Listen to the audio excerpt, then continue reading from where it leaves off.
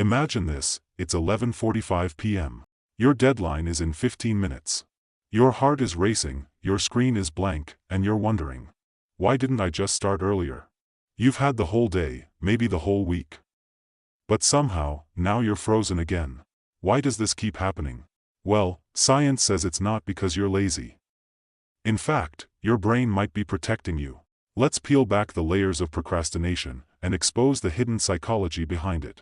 We've all been there. You've got a task to do, something important. It could be studying, replying to emails, starting that business idea, or cleaning your room. You know it has to be done. And yet, you scroll, you snack. You open YouTube.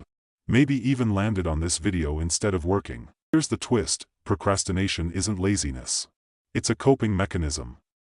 A psychological defense rooted deep in our evolution, emotions, and how our brain handles fear, self-worth, and discomfort. Let's take a trip inside your brain. When you're faced with a task, especially one that feels hard, boring, or uncertain, your brain lights up in two places: the prefrontal cortex, responsible for decision-making and planning, and the amygdala, your ancient emotional center, your fear and threat detector.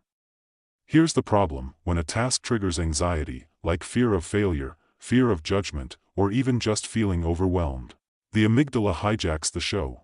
It whispers, what if you mess up? What if this isn't good enough? Let's not even go there.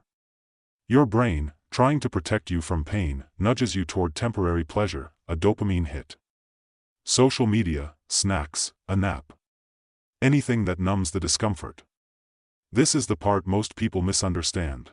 Procrastination isn't about being unmotivated or lazy. It's emotional. When a task feels like a threat to our self-image, we delay, not because we don't care, but because we care too much. We avoid the emotional pain attached to doing it. Think about it, ever notice how we procrastinate the most on things that actually matter? That essay, that job application, that life-changing idea you swore you'd start last week. You're not avoiding the task, you're avoiding the feeling the task gives you. And here's where it gets deeper. The more you procrastinate, the worse you feel. Guilt creeps in, self-doubt grows. And your brain?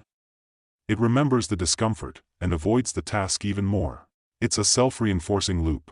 A psychological prison. Some psychologists call it time inconsistency.